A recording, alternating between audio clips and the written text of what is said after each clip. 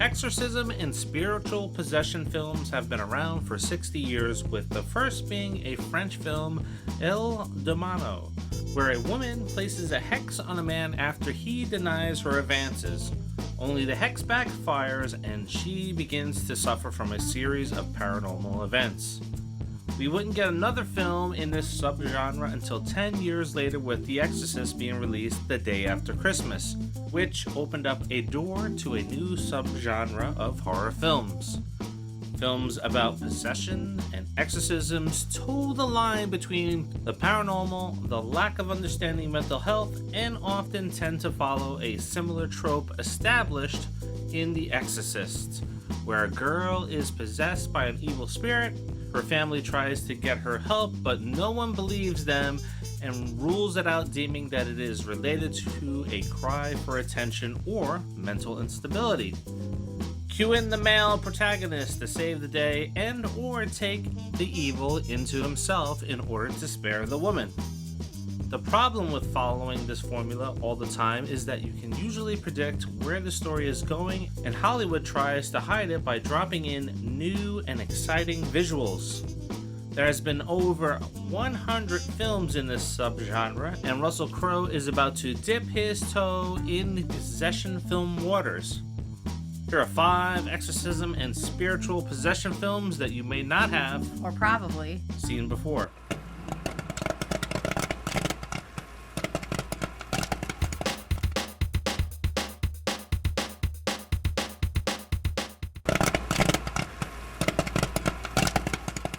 Number 5.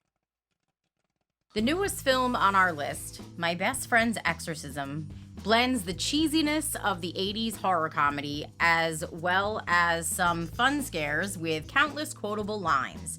It went directly to streaming, which may have caused it to be missed in a horror-heavy 2022. Set in the 80s, we follow 2 childhood best friends, Abby and Gretchen, who are attempting to navigate their way through the awkwardness of sophomore life in high school, coupled with bad hair and poor fashion.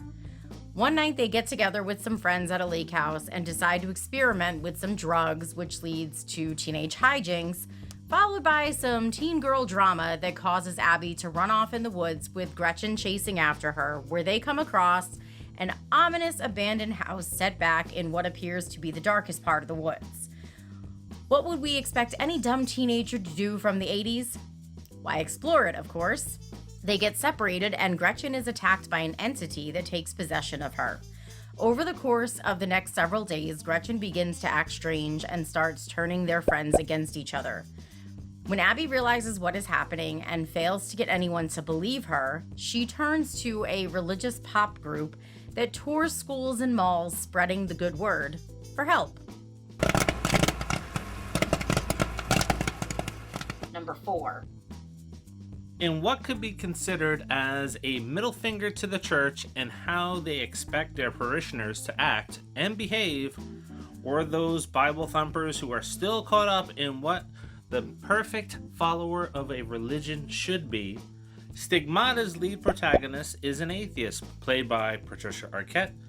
Frankie manages to come into possession of rosary beads that were stolen from a priest who was investigating a statue of the Virgin Mary that weeps blood. Now, while you would think that this would be associated with the miracle, the beads would then lead Frankie being able to walk on water and perform her own miracles. You're wrong. Shortly after receiving the rosary beads, Frankie is attacked by an unseen force that ends with her being rushed to the hospital after she has been found in a bathtub with deep gashes to her wrists. As she begins to experience paranormal visions, she meets a priest who, like the doctors at the hospital, believe that she is troubled and seeking attention by mimicking the wounds of the stigmata. But staying true to the formula, after he witnesses a paranormal event, he is convinced and must fight supernatural forces and the church to ensure Frankie gets the help she needs. Il messaggero non è importante.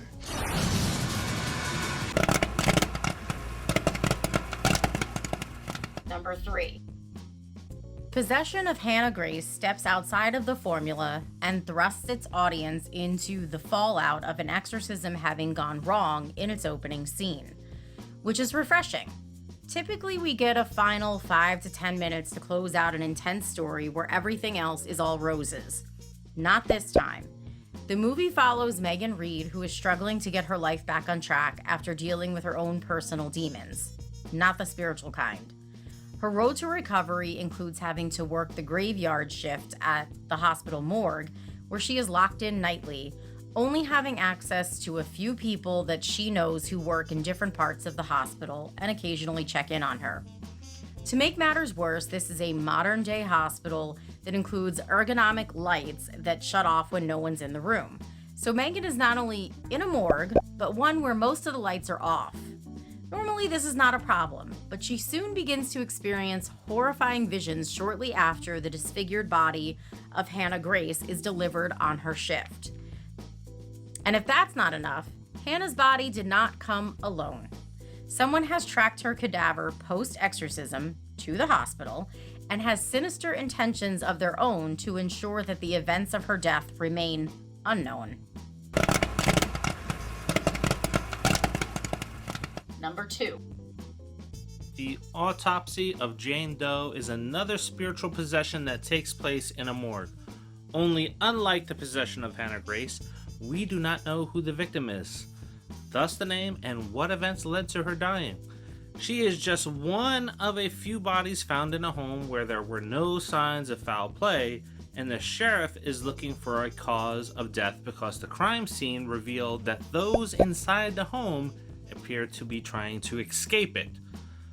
Father and son coroner team, Tommy and Austin, are tasked with changing their plans for the night to quickly identify the cause of death in hopes of shedding some light on what may have caused the tragic events. As they begin their autopsy of the body, they find that while Jane Doe shows no signs of physical trauma, internally is another story. Instead of the unusual body morphing that will typically make you cringe in your seat because bodies should just not bend a certain way, we find that her tongue has been cut off, her insides have been blackened, almost as if she has swallowed fire, and there's a hidden message with strange writing that she has swallowed. And as they cut deeper into her, the events surrounding her death not only become more of a mystery that we are trying to solve with them, but the strange events begin to occur inside of the morgue, trying to prevent them from getting the answer. Number 1.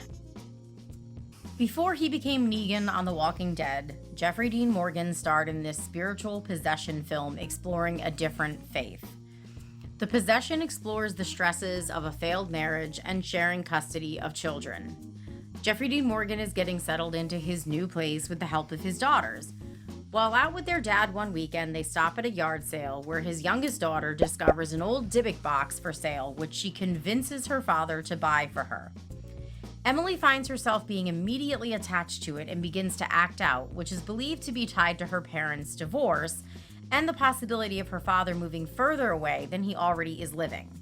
But when a series of unexplained paranormal events begin to occur outside of Emily and her attachment turns into her being obsessed with the Dybbuk box, Clyde discovers that it ties back to the Hasidic legend of a dislocated evil spirit that is as powerful as the devil, and it is seeking to take control of his daughter.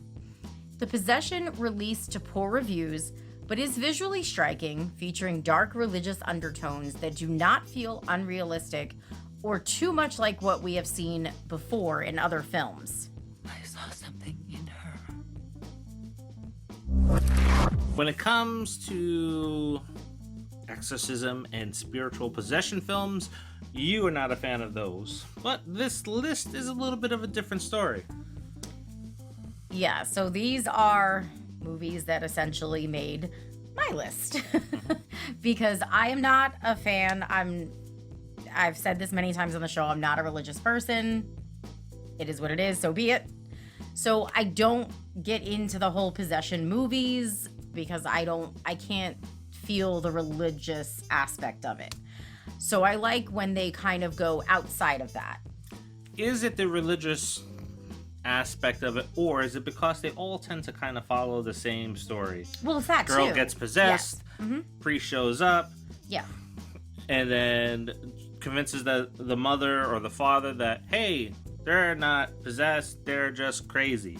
And then after that, something weird happens. The priest is like, oh, I was wrong. Let me go convince the Vatican that I need help. That I need to perform this exorcism, yada, yada, yada. The priest comes in, saves the day. Bullshit. First of all, you're just making women look like stupid little weaklings who can't handle anything on their own, or they're mentally ill. It's been done. Stop. Just stop. Yeah, and each of these films is slightly different. Maybe with the possession being more like the other films, but it brings in a different religion and maybe one that we're not familiar with. So it's like, oh, this is really interesting. And so these films here, I think, are pretty good standalones in that entire genre. And some of them you may not have heard of. I know, like the Autopsy of Jane Doe, a lot of people haven't heard of that one. Yeah, and then actually, one of the people that stars in it is Emile Hirsch, and a lot of people know that name. And Brian Cox. That too. So yeah, I mean, two big names that people do know, but yet this film they just haven't heard of. And the possession, I believe, that's with a rabbi, right? So that's definitely different. That's way out of like what you normally see in an exorcism or a possession movie. So have you seen these films? Would they make your list of ones that you should check out? Especially with the exorcism movies heating up this year? Let us know by dropping that in the comments. And don't forget, it is the quest for 5,000 subscribers, and you can help us get there by liking, commenting, sharing, and subscribing. Yes. And along that journey, every video that gets 25, 50, 75, and 100 likes, you will win prizes. When we hit 100, you'll win a full-size one-sheet poster from the movie theater. And we're almost at 3,000 subscribers. We're not giving away something like that, but when we hit 4,000 subscribers, we're giving away the popcorn head scream bucket. And then at 5,000 subscribers, we're giving you the Strawberries and Scream cereal box signed by Matthew Lillard, David Arquette, and Rose McGowan. Yes, so you have an opportunity to win all of that stuff. Don't forget, every like and every comment helps independent YouTubers get exposure. So if you like what you see here, it takes less than 22 seconds to go ahead and drop that information in there. So please do that. We appreciate it. And as always, we thank you for watching this episode of the Pop 5. Yeah, and we appreciate all the comments that we do get, all the love that's shown to us.